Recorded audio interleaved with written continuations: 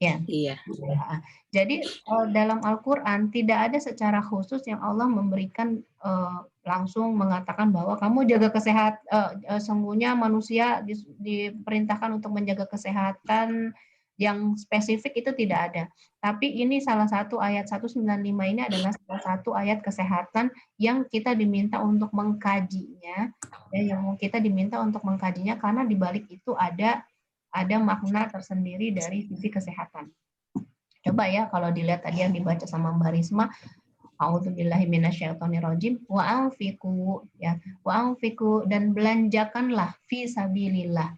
Ya, ini yang maksudnya di jalan Allah. Yang dimaksudkan dibelanjakan ini apa? Yaitu harta ya, harta benda yang kita miliki. Wa anfiqu fi sabilillah.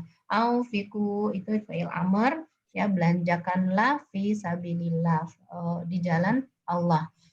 Jadi apa yang kita miliki selama yang di dunia ini yang Allah berikan kepada kita, dititipkan lewat tangan suami kita bekerja, itu diminta untuk dibelanjakan semua di jalan Allah ya.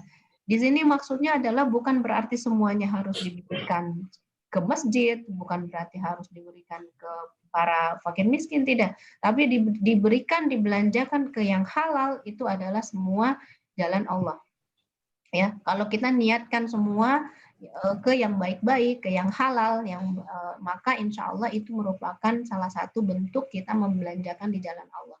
Kemudian wala tulqu biaidikum ilat tahlukah, dan janganlah menjatuhkan dirimu biaidikum sendiri, aid itu yada itu tangan ya, dengan tanganmu sendiri, ilat tahlukah dalam kebinasaan.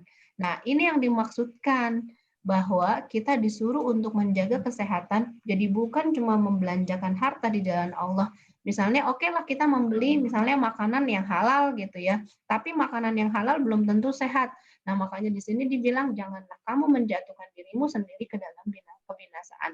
Inilah yang salah satu ayat yang memerintahkan kepada kita manusia untuk menjaga kesehatan. Karena apa? Kalau kita tidak menjaga kesehatan, itu berarti kita sudah menjatuhkan diri kita ke dalam kebinasaan.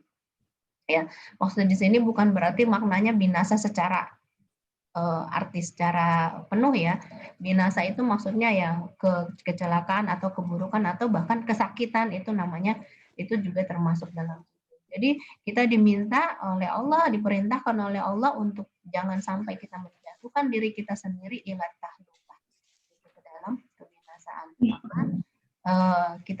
Kalau kita misalnya berbuat semau kita sendiri tanpa kita pikirkan kesehatan kita, nah kemudian besok kita sakit, ayat inilah yang kita kena gitu ya. Makanya diperintahkan menjaga kesehatan. Lanjutnya wa ahsinu ya, dan berbuat baiklah ya.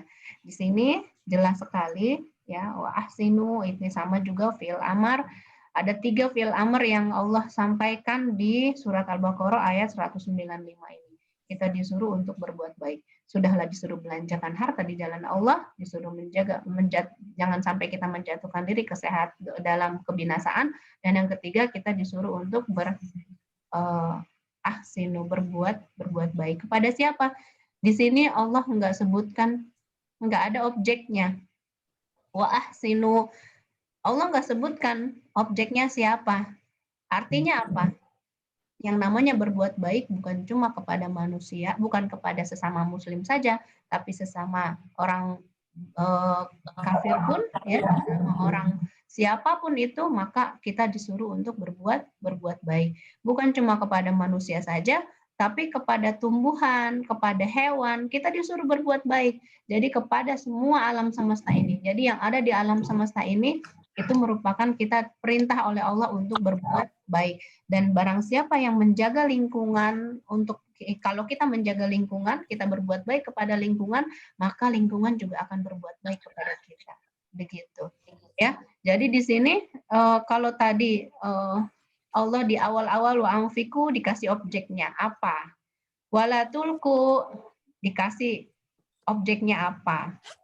Perintahnya apa? Tapi ketika wa ahsinu Allah enggak kasih belakangnya apa, nggak ada pengkhususan karena itu, karena Allah menginginkan kita berbuat baik kepada semuanya. Artinya, ya, artinya apa? Kita tidak boleh pilih-pilih dalam hal perbuatan baik. Itu ya, insya Allah. Kemudian, innallaha yuhibbul muhsinin. Ya, sesungguhnya, karena sesungguhnya, innallaha, sungguhnya Allah, yuhibbu. Yuhibbu itu habba yuhibbu. Ini fi'il mudhari. Fi'il mudhari dari kata habba. Habba itu nanti kalau kita belajar bahasa Arab itu masuk di sulasi mazid, masih turunannya lagi. Bukan termasuk dalam bab 1, bab 2 sampai bab 6, enggak, masuk di bawahnya lagi. Nah, habba yuhibbu ini berarti Allah mencintai. Kalau kalau udah katanya yuhibbu, ya apalagi fi'il mudhari ya. Kalau misalnya Allah menyebutkannya habba saja, fi'il madhi, berarti Allah cuma mencintai orang-orang terdahulu aja. Allah cuma mencintai Rasulullah dan para sahabatnya. Tapi Allah menggunakan kata fi'il mudhari, yuhibbu. Berarti apa? Berarti pada saat mulai dari ayat ini diturunkan sampai hari kiamat,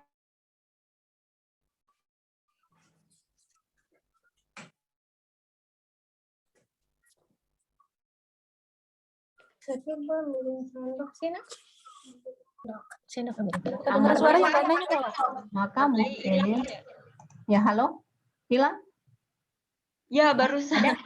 Oh hilang barusan. Iya. Jadi udah sampai mantan. Jadi yuhibbul muhsinin. Allah mencintai siapa? Ya dari dulu sampai sekarang Allah mencintai siapa? Allah mencintai orang-orang yang berbuat baik. Muhsinin. Kenapa bukan muhsinun? Ini pasangannya ya. Berarti dia kan apa? Isim fa'il yang jamak muzakkar salim, muhsinin. Kalau muzakkar salim kan ada dua, muhsinin sama muhsinun. Kenapa muhsinin? Karena posisinya nih, yuhibbul muhsinin berarti dia harus posisinya sebagai objek, maka harus muhsinin. Nanti kita pelajari ya kenapa muhsinin bukan muhsinun. Tapi sebenarnya itu tergantung dari posisi kalimat, posisi dalam katanya. Kalau dia sebagai subjek maka muhsinun, tapi karena dia sebagai objek maka muhsinin. Begitu ya tafsiran dari surat Al-Baqarah ayat 195. Ini adalah salah satu dari sekian banyak ayatnya Allah tentang menjaga kesehatan. Ya, hari ini kita akan membahas tentang kesehatan dari pembahasan tentang stroke. Ya. Udah ada yang tahu semua tentang stroke ya. Mbak Cici kalau nanti saya ada yang salah, Mbak Cici bisa koreksi saya ya. Ya, sebentar saya share screen dulu.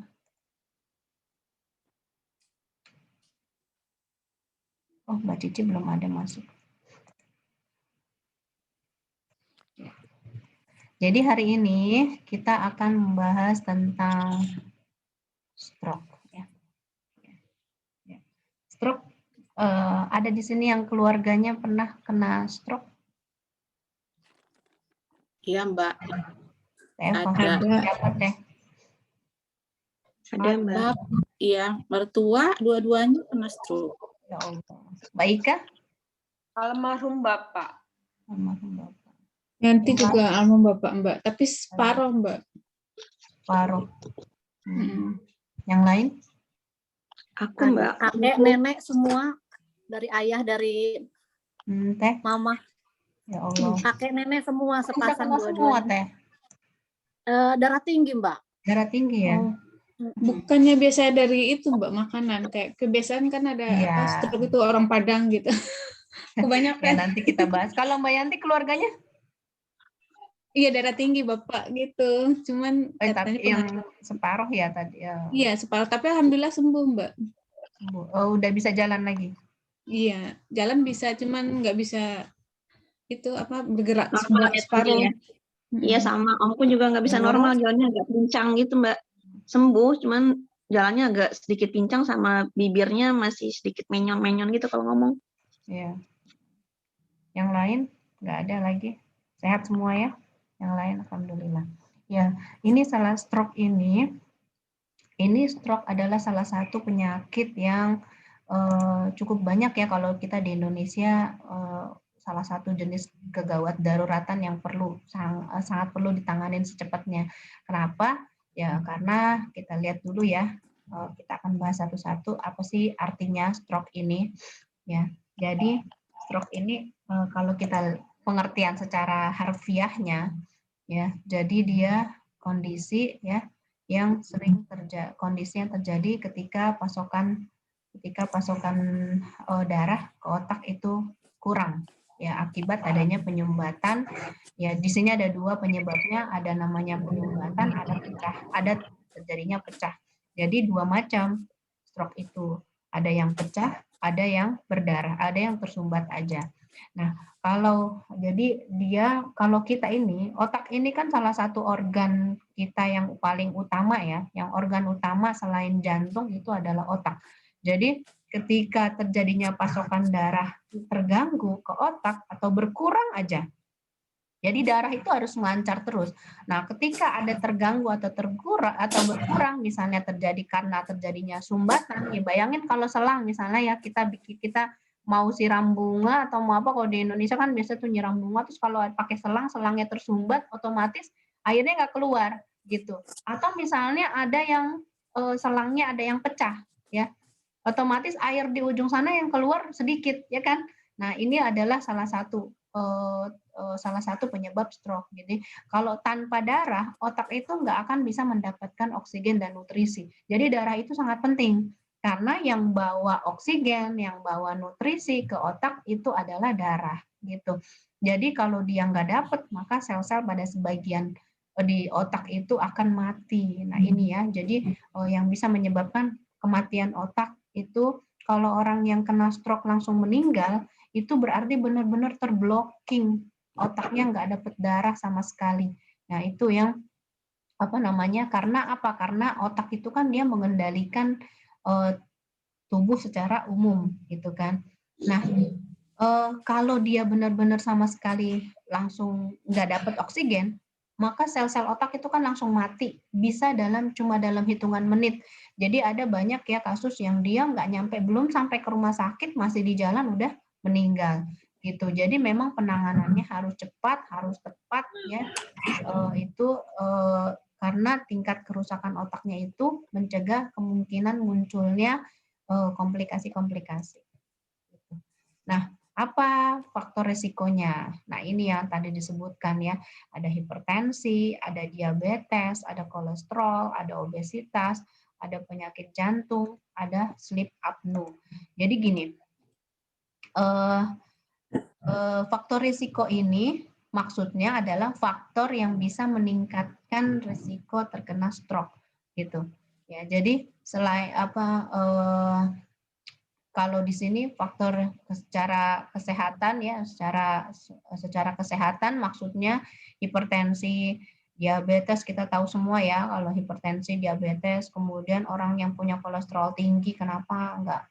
Karena kolesterol itu kan bikin plak di pembuluh darah. Nah, itu bisa bikin sumbatan. Nah, penyakit jantung kayak misalkan gagal jantung, penyakit jantung bawaan, terus infeksi jantung, gangguan jantung segala macam lah.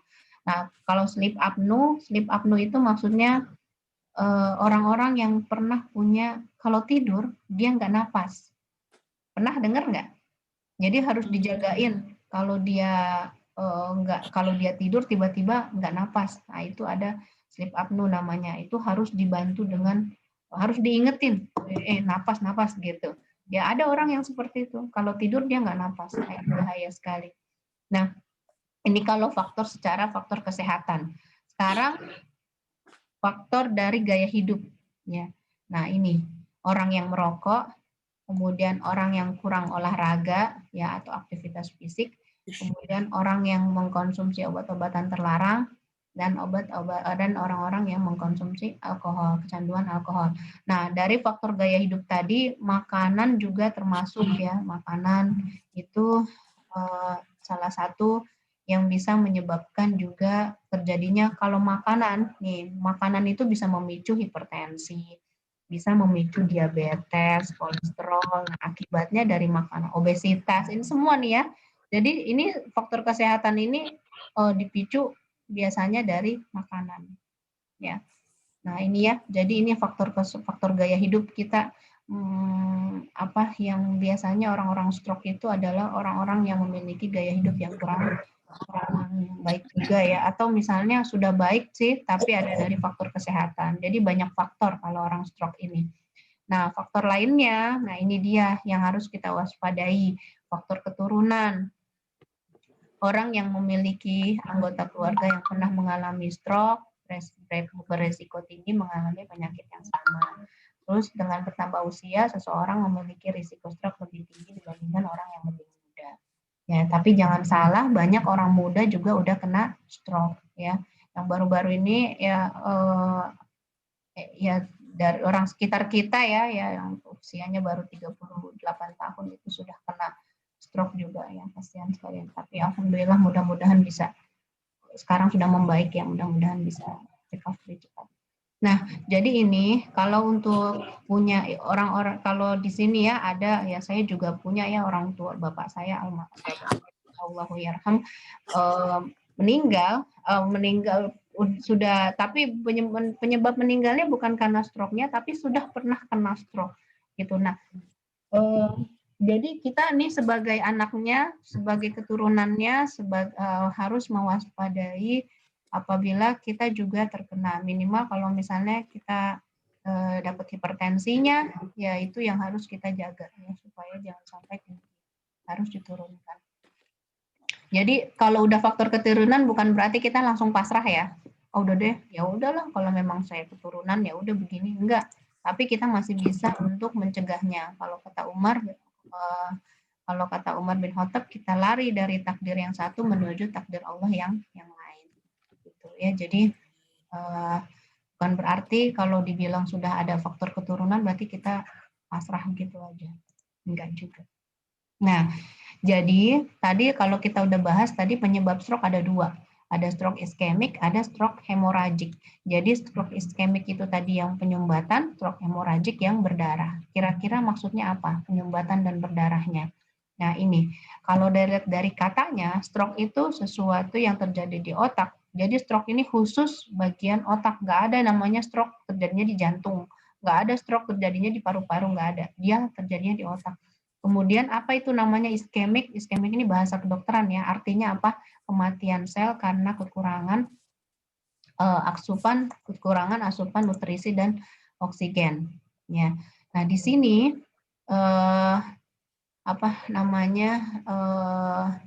jadi iskemik ini bisa diartikan kejadian kematian sel karena kekurangan asupan oksigen dan nutrisi gitu. Nah, penyebab dari stroke iskemik ini banyak ya. Yang pertama salah satunya karena ada trombosis atau trombus. Nah, trombus ini karena adanya kebuntuan ya di sini nih, lihat nih. Ini namanya trombus. Trombus itu buntu ya, buntu. Nih misalnya ini kan otak kita ada otak kanan, otak kiri ya, sama dua-dua dia simetris gitu. Nah, kalau ada salah satu sumbatan yang namanya trombus di sini, kalau ada salah satu sumbatan di pembuluh darah di otak, maka itulah yang tadi kita berikan pengandaian kayak selang ya, selang air kalau ada sumbatan. Nah, salah satu penyebab sumbatan ini adalah aterosklerosis ini. Nah, apa sih aterosklerosis? Aterosklerosis ini adalah penumpukan plak. Jadi penumpukan plak lemak. Bisa dari kolesterol. Nah, ini ya. Jadi ini kolesterol kita, orang-orang yang punya kolesterol itu plaknya tuh numpuk. Dia bisa numpuk, lemak-lemaknya itu numpuk di pembuluh darah. Dan bukan cuma ada di pembuluh darah di otak. Bisa aja dia numpuknya di pembuluh darah di jantung. Bisa juga dia pembuluh darah yang lain. Makanya semakin tinggi kadar kolesterol semakin bahaya. Bisa-bisa pembuluh darahnya banyak plak-plaknya kayak begini. Coba bayangin kalau misalnya selang air ada yang numpuk gitu kan di pinggir-pinggir. Atau pipa lah ya, pipa air misalnya. Itu kan ngalirnya kalau ada yang tersumbat di sini, ada yang numpuk di sini kotoran, otomatis ngalirnya jadi nggak lancar kan, gitu. Nah, ini ya. Jadi Oh, cuci piring. ya betul, tempat cuci, iya benar. Cucian piring benar. Kita tuh paling sering ya kalau ngelihat udah mulai banyak tuh kotoran di pinggir Kena minyak itu loh, Mbak. minyak, betul. Nah, kita harus bener bersihin kan. Ya kalau enggak airnya ngalir turunnya pelan kan, airnya turunnya jadinya lambat. Itu. Ya inilah pengandaiannya ya, sama kayak begitu. Jadi di otak kita atau di pembuluh darah di seluruh tubuh kita itu ada namanya pembuluh darah, yang semakin tinggi kolesterol, semakin banyak plaknya. Oke, sekarang saya tanya, ada yang punya kolesterol nggak di sini tinggi? Siapa yang punya terdeteksi kolesterolnya tinggi? Masih di bawah. Tengah-tengah lah, Mbak. Enggak ya, Teh? Oh ya. Enggak, alhamdulillah. Jadi Alhamdulillah. kemarin itu terakhir yang bulan Desember kolesterol dan gula alhamdulillah masih jauh dari maksimal. Oh, alhamdulillah. Ya. Ya, tapi sudah terdeteksi ada gitu ya, Teh? Iya, awalnya tadinya ada, Mbak. Tadinya ada udah lebih dari maksimal. Udah gitu kan dia kurang-kurangnya, maksudnya ya kita jaga-jaga lah. Terus dicek lagi kan tiap 6 bulan sekali kalau dia medical check up total. Ya, alhamdulillah udah jauh lagi. Ya, pokoknya TDD harus jaga tuh. Kalau udah kayak begitu, kalau udah ada, udah terdeteksi, berarti harus jaga jangan sampai tambah tinggi. Jadi kalau bisa malah berkurang, itu sangat lebih bagus lagi, gitu kan. Karena apa? Karena di sini kalau udah penumpukan plak di sini, ya, ini adalah semakin lama bisa semakin tebal.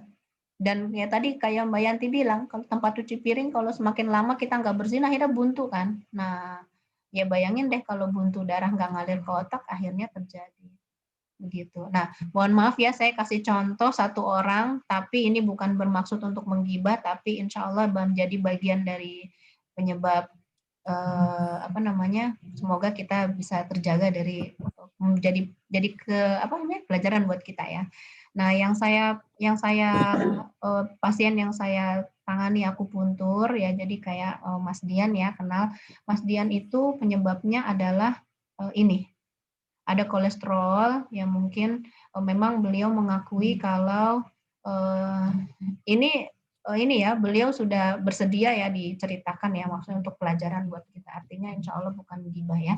Nah, jadi beliau itu punya kolesterol dan penyebabnya adalah sumbatan ya. Jadi dan ini kemarin lihat dari hasil MRI-nya ya, memang terjadi sumbatan di pembuluh darah gitu, pembuluh darah di otak. Nah, ini yang menyebabkan stroke ya. Ya padahal usianya masih muda ya, 38 tahun. Tapi sudah terkena ya. Ini faktor dari makanan ya. Makanan tahu sendirilah di sini kalau makan, apalagi kalau ya jaga ya yang bapak-bapaknya bujang gitu ya, ini harus dijaga jangan sampai makanannya kebanyakan makan majbus, biryani, dan teman-temannya kemarin waktu saya kalau kita ikut tahu ya bikinnya semua dari mana Mbak Indah yang aku bikin nih dari air lemaknya kan dibikin tuh nasinya itu, dan kebayang mereka tuh bikinnya pakai ghee-nya yang banyak itu loh ya, pokoknya itulah kenapa bisa enak ya. Ghee-nya itu yang berikan. Itu ghee-nya itu Teh. Ya jadi ghee-nya yang paling dari ghee-nya juga, kemudian ghee-nya itu apa, Mbak? air rebusan. Ghee itu lemak ya? Ghee itu kayak butter. Lemak nabati ya, Kayak margarin ya. Hewani, oh iya hewan. Iya, kayak gitu. Cuma di sini memang dia pakainya itu. Berarti kan sama aja makan butter gitu, Mbak? Iya, makanya ya kebayang kan kalau banyaknya itu gitu. Nah, kalau kita di Indonesia bukan ghee tapi minyak dari ya, kalau orang Padang juga kan lemaknya dari santan gitu. Santan ya. Kalau santannya, terus yang dibilang santan itu perasan pertama, kalau udah perasan kedua udah bukan santan katanya. Bener nggak Mbak Yanti? Itu dari teman. Biasanya iya Mbak. Terus gini lah Mbak, katanya diangetin itu yang mungkin itu ya Mbak. Ya, penghangatan betul. Nah itu ya, jadi Mbak, sebetulnya kalau santan, Mbak, Kalau santan fresh gitu 1 kali penghangatan itu katanya nggak apa-apa ya? Iya. Pembenaran ini, Mbak. Bukan nggak apa-apa ya, sebenarnya semua ada efeknya ya. Ya namanya santan ya berarti minyak kan. Tapi kalau penggunaan pertama itu masih lebih tidak terlalu banyak gitu Teh. Nanti kalau begitu penghangatan yang kedua, ketiga, makanya kalau mau ngangetin sesuai dengan porsi yang akan kita makan, jangan semuanya diangetin gitu. Biar tidak berulang diangetin terus. Biar nggak berulang diangetin terus. Nah itu bisa menyebabkan perubahan struktur kimia dalam minyak lemak itu. Ya, jadi ini yang bahaya sekali adalah kalau ada seseorang yang memiliki kolesterol yang tinggi, semakin banyak semakin menebal. Nah, kalau udah nebal akhirnya buntu jalannya aliran darah. Nah inilah yang terjadinya penyebabnya iskemik atau kematian sel otak karena kekurangan asupan oksigen dan nutrisi. Gitu ya. Jadi ini penyebab salah satunya yaitu iskemik. Kemudian, selain ini juga masih otak ya, masih otak kanan, otak kiri. Nah, selain adanya sumbatan, ada juga namanya klot. Ini namanya klot nih yang kecil-kecil nih. Klot ini berasal dari luar otak ya. Nah, jadi dia ada semacam gumpalan, istilahnya klot itu gumpalan yang dibawa dari luar otak, tapi kemudian sampai ke pembuluh darah di otak, ngikut gitu, ya, ngikut. Nah, misalnya bisa juga kalau misalnya ada orang yang penyakit jantung bawaan atau pokoknya dia ada klot, tapi ada ya kalau kita di selang itu kalau kita di tempat cucian piring itu kayak ada sampah halus gitu ya yang kebawa keluar, nah itu bikin sumbatan kan. Kalau klotnya sedikit sih nggak jadi masalah, tapi kalau klotnya makin banyak jadinya buntu gitu. Jadi dia kalau misalnya jantung mompa terus, tapi ada yang menyumbat ya. Jadi sumbatannya bukan kolesterol, tapi ini namanya klot darah. Nah, akibatnya bisa menyebabkan buntunya aliran darah itu tersumbat. Ya, kayak misalnya ada kotoran yang tidak hancur dengan air atau kotoran yang tidak hancur lama-lama. Kayak misalnya tumpukan rambut gitu ya, kalau di pipa tuh kan gitu, rambut, kemudian sampah-sampah plastik. Nah, itulah yang bikin klot ini. Nah, bayangin kalau dia jadi tersumbat inilah yang menyebabkan otak tidak mendapatkan oksigen dan nutrisi.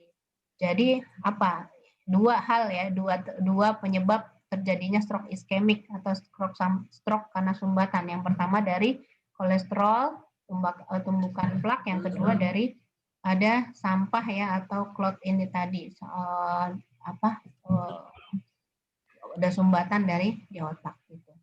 Nah, sekarang kita masuk ke bedanya dengan Bell's palsy apa, Mbak? Bedanya dengan Bell's palsy itu? Bell's palsy ya nanti itu gejalanya. Itu gejalanya, efeknya.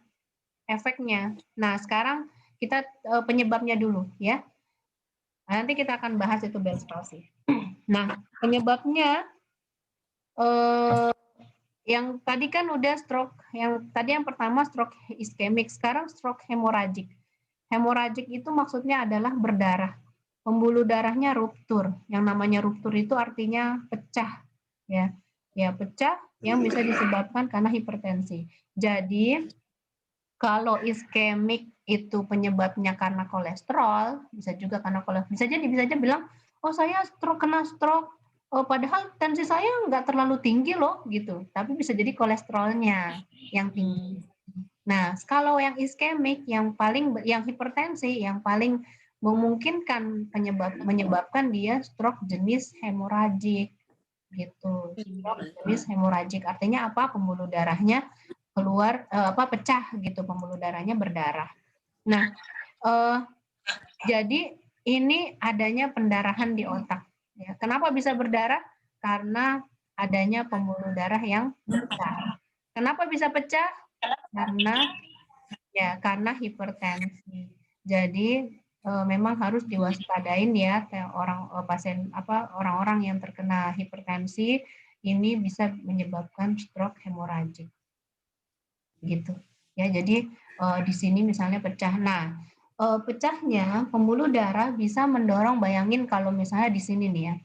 Misalnya pecah pembuluh darah, otomatis darah keluar dong, darah keluar ke otak. Darah keluarnya udah bukan di tempatnya, udah kemana-mana beleleran gitu kan. Nah, darahnya banyak keluar, dia bisa mendorong otak, kedorong. Nah, otomatis otak-otaknya ini yang tadinya normal posisinya begini, dia akan kedorong, bisa jadi kedorong yang terkena tergantung posisinya pembuluh darah yang bagian mana ya. Nah, kalau jenis Pak Bambang ya, Pak Bambang itu menyerang otak pusat ingatan dan pusat bicara. Jadi otak bagian bagian tengah dan bagian entah kanan atau kiri ya, yang lupa ya kanan apa? Berarti ke kiri. Nah, jadi kasihan ya Pak Bambang itu sekarang otak pusat ingatannya dan pusat bicaranya itu terganggu. Akhirnya kalau kita tanya ya, kalau ada, kan kita nggak bisa jenguk ya, tapi beberapa perawat di sana yang jenguk yang bilang, Pak Bambang ingat saya, dia nggak bisa ingat siapa, terus nggak bisa bicara juga, seperti mau bicara tapi nggak bisa bicara. Kasihan ya. Nah ini salah satunya. Sepertinya Pak Bambang punya hipertensi sebelumnya, gitu. Tapi mungkin tidak diobati dengan rutin. Ya, nah ini ya. Jadi darah yang keluar bisa mendorong otak jadi tidak di posisinya. Otomatis kalau tidak di posisinya jadi terganggu. Ya. Nah, tergantung pada daerah otak yang diserang tadi. Jadi ada otak kanan, ada otak kanan, otak kiri. Otak kanan mempengaruhi gerakan bagian motorik bagian kiri, otak kiri juga mempengaruhi ke kanan. Jadi dia bersilangan. Dan jadi otak kita ini adalah ada banyak girus-girus, ini namanya girus ya. Nah, tempat menyimpan berbagai informasi yang kita alami dalam hidup kita. Ya, jadi dan ini banyak bagian-bagiannya. Katanya sih semakin banyak girusnya semakin pinter, tapi nggak tahu juga ya. Saya sepanjang di kedokteran itu belajar kita ngebedah ya, bedah otak nih. Jadi orang yang sudah meninggal kan diotopsi dibelah dibuka kepalanya, dikeluarkan otaknya, perasaan mah girusnya sama aja semuanya begini. Allah alam ya, katanya sih begitu, banyakan girus makin pinter, tapi wallahu alam, katanya aja. Nah, sekarang gejala stroke ya. Apa gejalanya? Nih, gejala yang harus kita perhatikan. Jadi tiap bagian otak tadi itu mengendalikan bagian tubuh yang berbeda kan. Nah, gejala stroke ini tergantung pada bagian otak yang diserang. Nah, tingkat kerusakannya. Nah, itu kenapa gejala atau tanda stroke ini bisa sangat bervariasi pada setiap orang. Nggak sama ya, jadi beda-beda. Tapi secara umum stroke itu muncul tiba-tiba. Nah, apa yang gejala yang sangat mudah dikenalin ya? Ya, yang sangat mudah dikenalin itu yang pertama adalah sisi ini yang dibilang Mbak Lina. Sisi wajah akan terlihat menurun dan tidak mampu tersenyum karena mulut atau mata terkulai. Ya, apa tuh? Jadi menurun dia. Jadi sarafnya terganggu. Ya, kemudian nggak mampu mengangkat salah satu lengannya karena terasa lemas atau mati rasa. Nah, ini bukan cuma tangan ya, tapi bukan cuma lemas mati rasa, tapi juga lemah gitu. Kemudian, nah ini ucapan jadi tidak jelas, kacau atau bahkan tidak mampu berbicara sama sekali meskipun penderita terlihat sadar. Nah ini ya, jadi karena saraf nervus facialis yang ada di wajah itu langsung terganggu. Ini gejalanya. Gejala yang sangat umum yang bisa terkena pada setiap orang. Jadi kalau saya dapat ceritanya Mas Dian kemarin, dia tiba-tiba langsung terasa kok kayaknya ada sesuatu di mulut saya gitu, ada kok kayak kebas di mulut nih gitu. Begitu mukanya langsung terasa, terus kok tangannya tiba-tiba langsung lemes. Nah dia tapi masih bisa dipaksain jalan, masih dipaksain dia langsung ganti celana gitu, pakai celana terus duduk di sofa, masih bisa dia cari tempat yang aman. Jadi gejala kalau sudah mulai terasa gejala seperti itu, langsung cari bantuan ya, panggil orang di rumah, terus cari tempat yang aman posisinya, karena bisa saja tiba-tiba langsung jatuh. Kenapa? Karena lemas salah satu bagian tubuh, gitu. Ini gejalanya yang umum, ya. Yang dikatakan Bali-Bell's palsy ini yang pertama. Jadi langsung tiba-tiba tubuhnya, wajahnya langsung terasa lemas, ya, terus jatuh, nggak bisa, habis itu dia nggak bisa bicara, terpengaruh kepada lidahnya. Ini yang gejalanya mirip Bell palsy, tapi sebenarnya dia bukan Bell palsy, Mbak. Iya. Berbeda stroke sama Bell palsy. Iya betul. Iya betul. Jazakillah Mbak Cici. Ya jadi seperti Bell's palsy ya. Nah Bell's palsy itu kan kematian, kerusakan nervus facialis juga gitu. Nah ini gejalanya. Kemudian gejala yang umum yang lain ya, ini bisa aja variasi tiap orang bisa berbeda, enggak sama. Ya seperti mual muntah, tiba-tiba dari sakit kepala, ya tiba-tiba sampai sakit kepala, terus kaku lehernya, terus rasa berputar, ya vertigo. Nah bisa juga orang langsung kalau misalnya tipenya yang berat, ya dia langsung penurunan kesadaran. Yang tadi di pertama kita bilang dalam hitungan menit bisa saja terjadi kematian kalau betul-betul otak sama sekali nggak dapat darah. Kemudian sulit menelan atau disphagia ya, kalau udah sulit menelan, sarafnya tiba-tiba mati, maka dia nggak bisa menelan dan akhirnya bisa gampang tersedak gitu. Nah terus gangguan keseimbangan dan koordinasi. Terus yang kemudian lagi hilangnya penglihatan secara tiba-tiba atau penglihatan ganda, langsung kabur gitu. Nah ini enggak sama, enggak mesti semua orang ngalamin semua ini, tergantung dari bagian mana otak yang diserang. Nah seperti yang kita tahu ya, bagian otak kanan itu nantinya akan mengendalikan fungsi organ tubuh di sebelah kiri gitu. Nah terus otak bagian kiri juga akan mengendalikan fungsi organ kita di sebelah kanan. Jadi gejala klinisnya itu yang tadi awal itu bisa dijadikan sebagai patokan awal, patokan dasar, terjadi di daerah mana gitu. Nah kemudian diagnosis dari stroke. Diagnosis dari stroke ini yang pertama, kalau ada yang mengalami gejala seperti di atas ya, seperti yang tadi, maka kita pergi ke rumah sakit, langsung segera memanggil orang-orang terdekat kita untuk minta dibawa ke rumah sakit supaya penanganannya langsung ditangani gitu. Nah untuk langkah awal diagnosis nanti dokternya nanti akan nanya ya kepada pasien atau anggota keluarga tentang apa aja. Yang pertama gejala yang dialamin ya. Awal munculnya gejala kayak apa dan apa yang sedang dilakukan.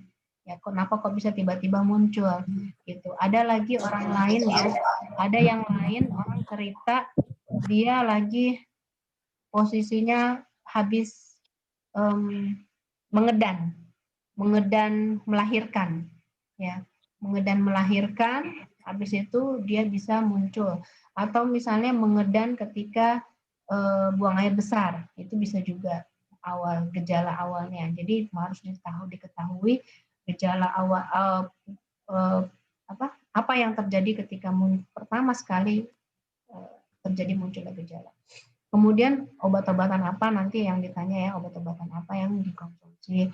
Terus apakah ada pasien itu pernah mengalami cedera di bagian kepala, terus diperiksa riwayat kesehatannya gitu. Apakah memang pernah ada serangan, apakah ini serangan pertama atau pernah serangan sebelumnya, stroke ringan dan sebagainya. Gitu. Nah, nanti selanjutnya untuk mendiagnosis dokter akan periksa fisik ya. Periksa fisik, tekanan darahnya, detak jantungnya, ada enggak bunyi bisingnya di pembuluh darah di leher misalnya. Gitu. Dokter juga kemudian nantinya akan melakukan biasanya kalau untuk yang begini udah CT scan MRI ya, kemudian dan pemeriksaan yang lainnya. Nah, komplikasinya sekarang, kalau sudah kena stroke bisa komplikasinya seperti apa? Jadi banyak komplikasi, ada beberapa komplikasi. Yang pertama deep vein thrombosis. Jadi di sini maksudnya ini trombusnya, jadi sebagian orang itu akan ngalamin gumpalan darah di daerah-daerah yang lumpuh, misalnya di tangan atau di kaki gitu. Ini yang namanya deep vein thrombosis. Jadi trombosisnya bukan cuma, tadi ingat ya, trombosis itu di slide yang sebelumnya ada sumbatan. Nah, sumbatannya itu bukan cuma di otak, tapi juga ada aliran darah di pembuluh darah di vena-vena di tangan atau di kaki itu bisa tersumbat juga.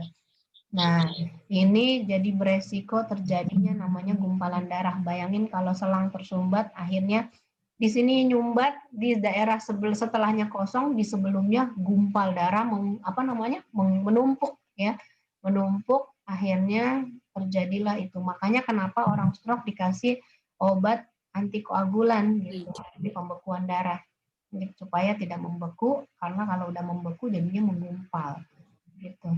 Nah, terus ada juga komplikasi yang lain, hidrosepalus. Hidrosepalus itu artinya penumpukan cairan otak ya di dalam rongga, ya di dalam rongga, di dalam otak ya, biasanya di ventrikelnya.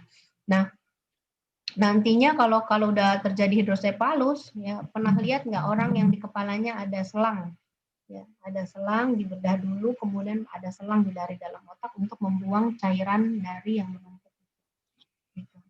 Terus yang ketiga, komplikasinya kerusakan akibat stroke ini bisa karena gangguan refleks menelan. Ya, jadi karena udah gangguan refleks menelan, akhirnya makanan masuk ke dalam makanan, beresiko masuk ke dalam saluran pernafasan.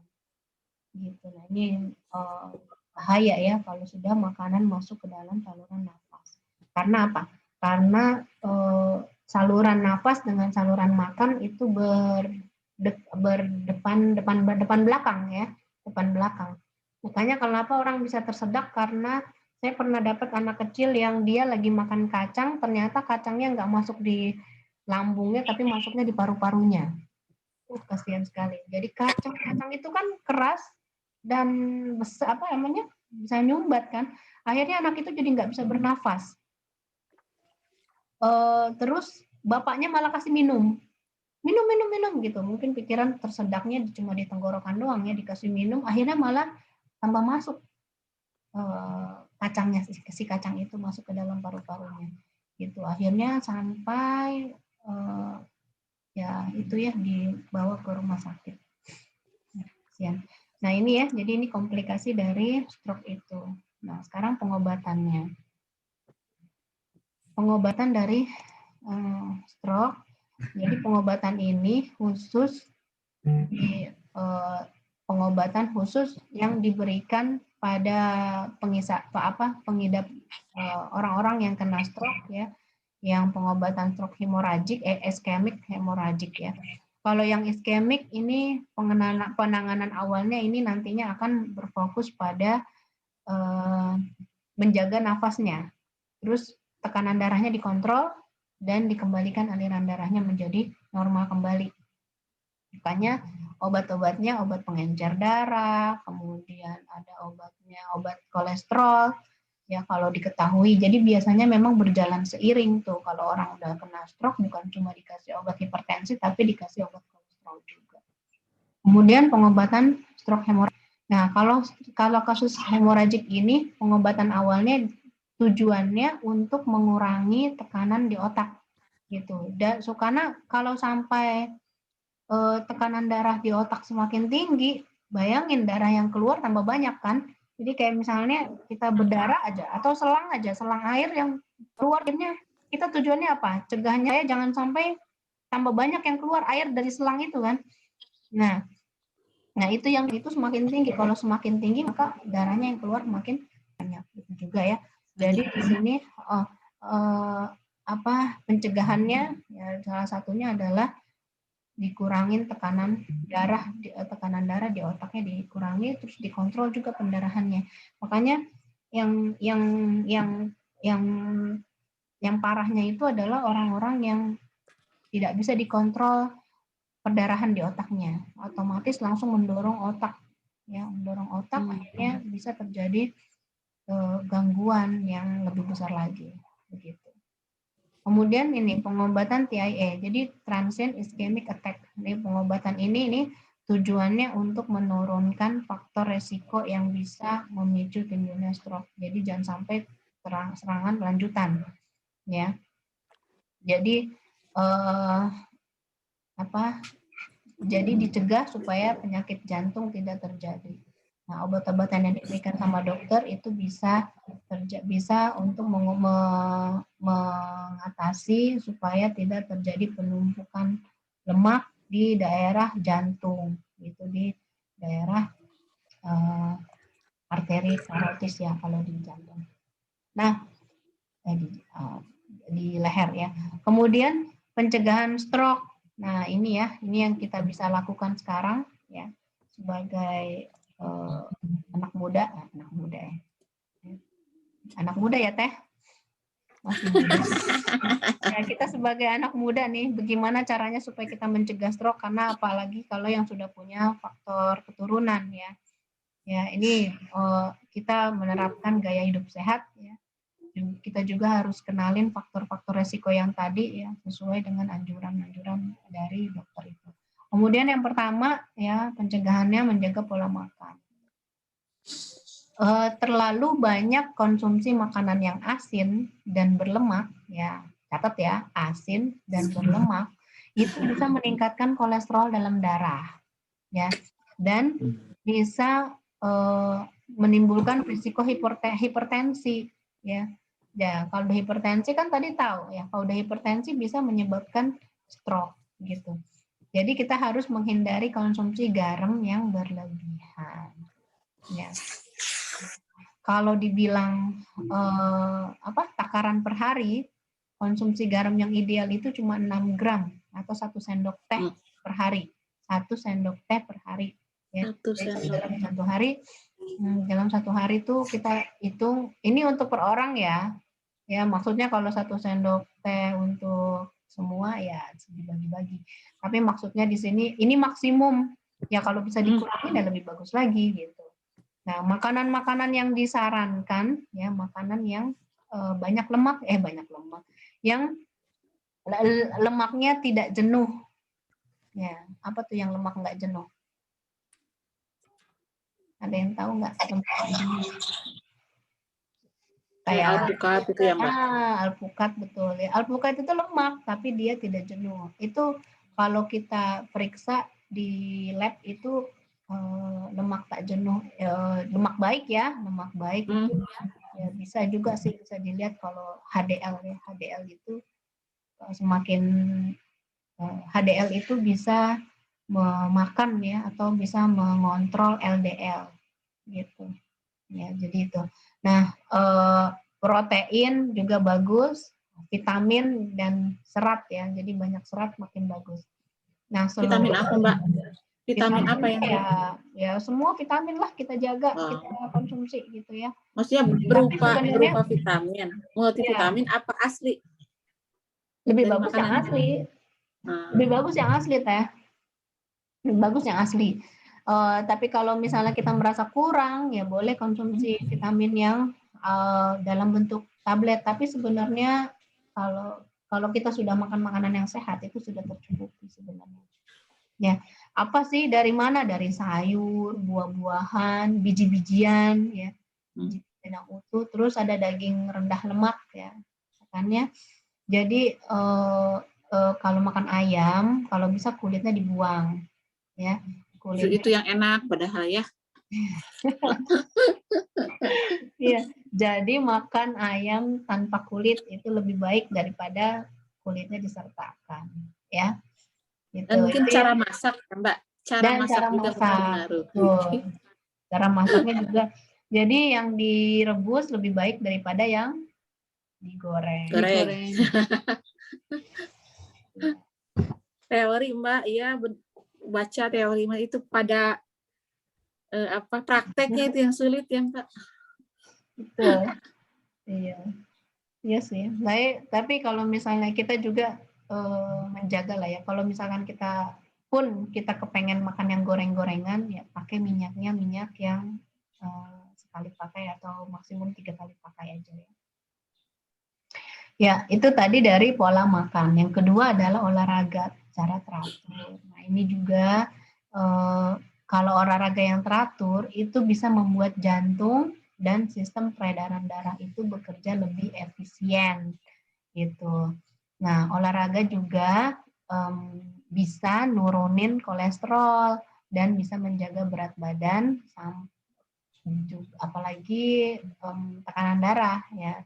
Ya, jadi yang dikontrol kalau orang-orang olahraga itu bisa menjaga supaya tidak hipertensi, tidak kolesterol, dan terjaga berat badannya. Walaupun ada ya orang yang dibilang, dia kurus loh, dia rajin olahraga, tapi dia kolesterol. Nah, itu berarti dari makanannya bisa aja kayak begitu. Gitu ya. Jadi olahraga teratur ya. Olahraga yang teratur itu bisa, bukan yang satu kali. Olahraga yang teratur itu bisa bikin peredaran darah itu menjadi efektif, efisien dalam beredarnya ke seluruh tubuh.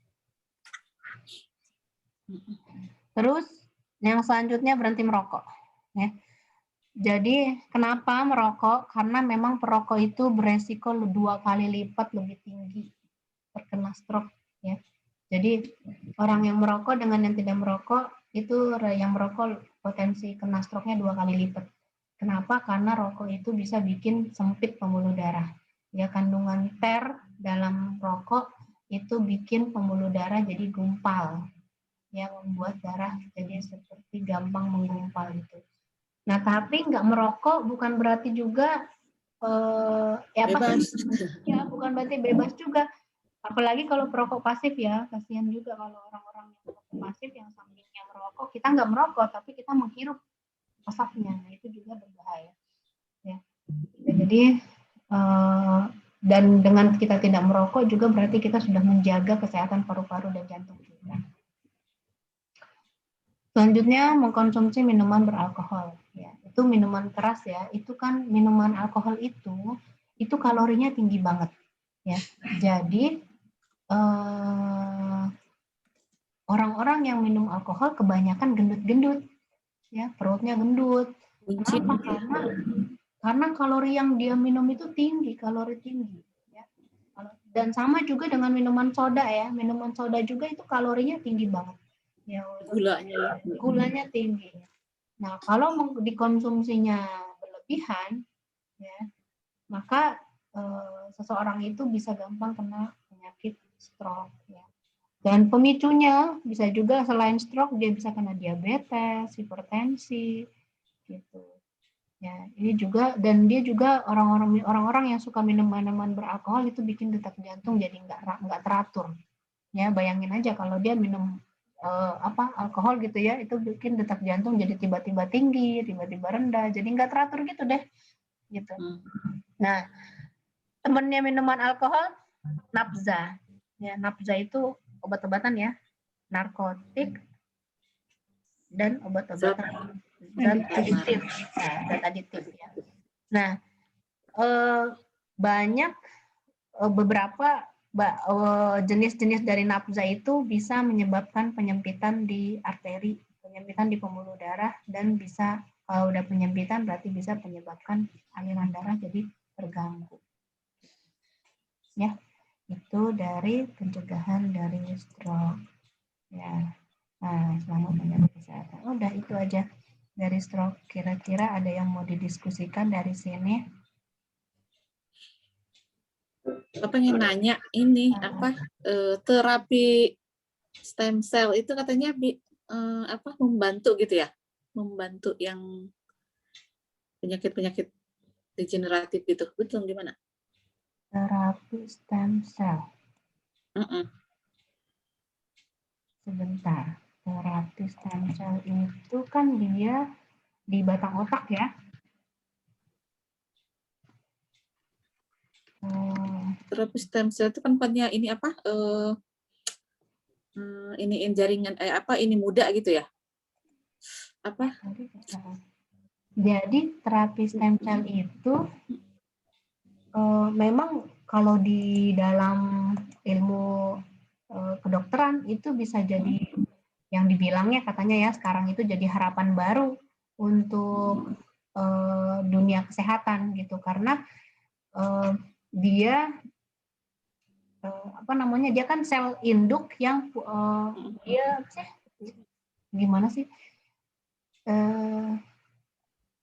gimana bilangnya dimudahkan apa gimana sih Mbak? Dimudahkan. Iya dimodifikasi apa ya? Jadi diubah sel dewasa jadi sel yang lebih baru ya. Lebih baru. Nah tapi efek dari itu juga masih belum terlalu disetujui, maksudnya dipastikan gitu teh. Ini kan baru banget ya baru banget. Nah ini sudah dikenal juga stem cell ini bisa ngobatin untuk pasien-pasien yang COVID-nya berat ya. Jadi kalau misalnya orang-orang yang sudah kena COVID ya dari orang usia sudah lebih dari 17 sudah berapa 20 hari perawatan, nah itu dia bisa memberikan disuntikan ya, jadi disuntikin di pembuluh darah vena stem cell itu kan kemudian diuji ya apakah bisa dimasukin ke dalam pasien yang dengan gejala yang berat. Itu jadi yang sudah sembuh kemudian bisa membantu implantasi ya ke daerah sel yang rusak. Ya, tapi itu juga itu berhasil ya, Mbak? Berhasil. Ya, beberapa bisa menyembuhkan pasien-pasien COVID yang di atas usia 60 tahun. Gitu. Gitu. Memang bagus sih, ya, tapi memang teknologi yang baru ya, tapi yang belum banyak belum bisa dilakukan banyak tapi memang bagus. Gitu. Jadi diambil dari embrio yang usianya 3 sampai 5 hari ya.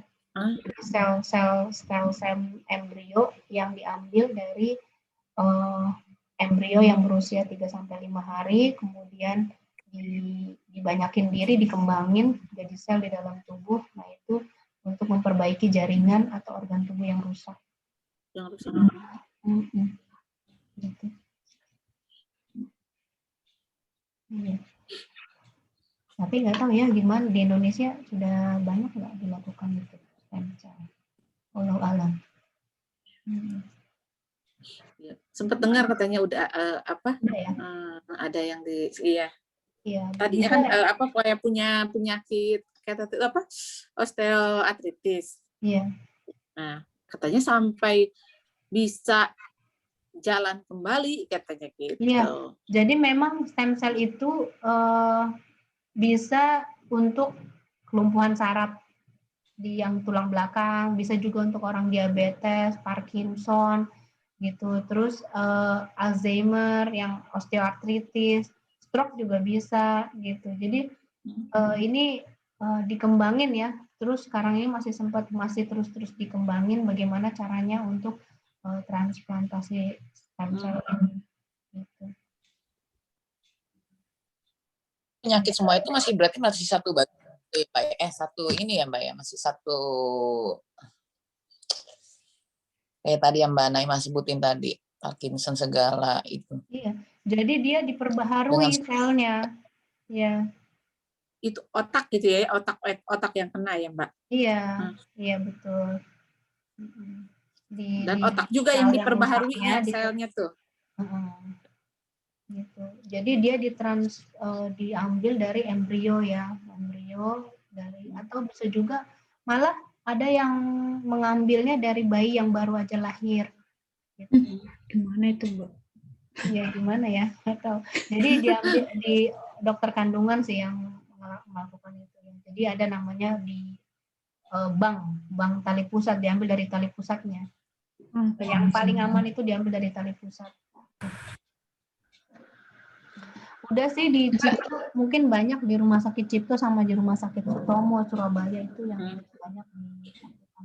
Mbak, untuk pencegahan stroke tadi itu buat yang muda. Kalau buat yang parubaya gimana Mbak? Sama Mbak? Sama. Nah itu ya Mbak ini mungkin Mbak Yanti nih PR nih buat yang merokok nih, gimana ya caranya ya supaya berhenti. Gak bisa Mbak. Susah. Jadi ya pokoknya di patah-patahin ya. Beli lagi kan Mbak. Emang ini ya orang itu Mbak Cici juga tuh. Nggak usah ngajak-ngajak deh. juga harusnya kan bisa tuh ngajakin tuh. Enggak, tapi memang ini ya. Habit Mbak, habit itu susah Mbak. Mau dikasih gambar paru-paru rusak, mau diajakin ke poli paru juga namanya keras hati mah susah itu Mbak. Habit mah. Jadi begini ya, orang kayak saya ya, saya sendiri nggak bisa menghentikan bapak saya untuk berhenti merokok. Tapi om saya justru berhenti gara-gara saya, gitu. Terus kayak kemarin waktu kita silaturahim ke Mbak Dewi ya, Mbak Dewi itu kan yang kemarin bapaknya baru-baru meninggal, katanya bapaknya itu berhenti merokok karena cucunya yang ngomong. Gitu. Jadi memang itu dia nunggu punya cucu dulu nih Mbak.